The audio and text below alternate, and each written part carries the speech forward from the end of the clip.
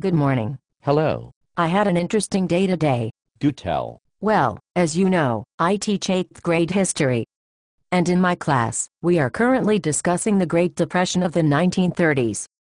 So anyway, yesterday, we did an exercise in which we compared the economic conditions of the early 1930s to the economic conditions of the present day. Sounds both interesting and quite relevant. Yes. We discussed such issues as life under a gold standard versus life in a fiat currency world.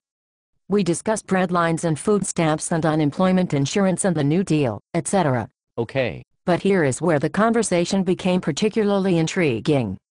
As we were discussing the issue of money and money creation under a fiat currency regime, I had to repeatedly explain to the students that, operationally, the Federal Reserve has no constraints over how much money or liquidity it creates.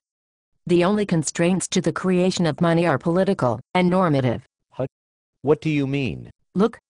As we know, in a fiat currency system, money is added to the system by simply turning on a few computers and changing the digital entries on the hard drives of the various PCs and Macs. Sure, there are all kinds of processes and rules that are followed. But these rules are based upon political expectations and societal norms. There is nothing physically stopping the Ben Bernanke from, if he so desired, adding $1 quadrillion to the coffers of the United States Treasury's reserve account at the Federal Reserve. It's simply a matter of turning on the right computers and making a few data entries. So then, what is stopping him from doing so? Fear. Fear of how the world would respond to such a dramatic action. The Ben Bernanke believes that the gradual employment of loose monetary policies will help repair our broken economy. He also knows that his actions, and the actions of the Open Market Committee, are under a great deal of scrutiny. Thus, he is using all kinds of strategies to inflate the money supply without appearing scared or desperate. The only thing stopping him from adding trillions more in liquidity overnight is concern over what the political and social repercussions might be from such an action.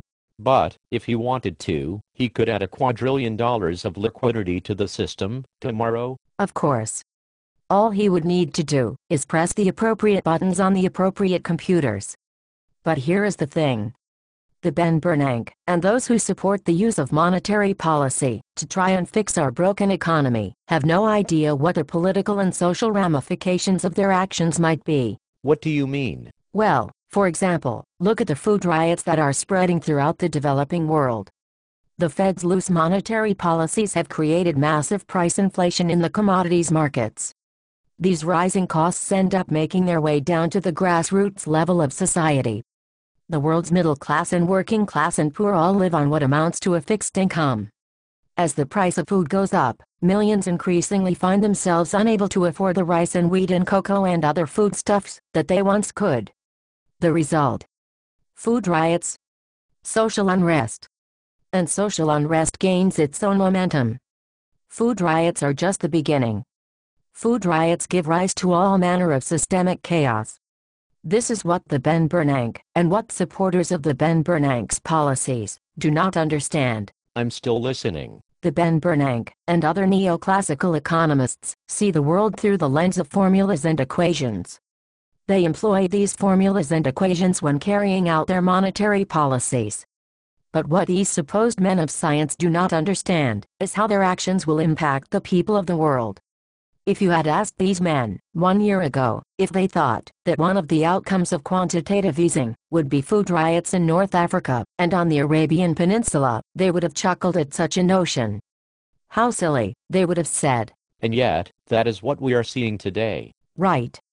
Because the only thing that the Ben Bernanke has control over are the digits on the computer terminals of the reserve accounts at the Federal Reserve. He has no control over how these computer entries are employed.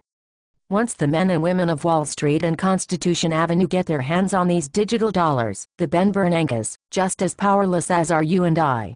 Disastrous. The Ben Bernanke creates the money, but the real impact that this money creation has is impossible to know. Food riots today. Wars tomorrow. Totally disastrous. Food riots are but the very tip of the iceberg. These men have, in a very real sense, created a virus that cannot be contained. They have employed their monetary authority to try and save the American economy from depression. What they have done, however, is to throw the world into chaos. Utter disequilibrium. The results will be earth-shattering. Did you tell your students this? No. I tried to remain hopeful and optimistic for better days ahead. They are children, after all. Children whose futures have been dramatically altered by men with too much power, too much hubris, too much arrogance, and not an ounce of humility or circumspection. It was an interesting day for you. Yes. It was.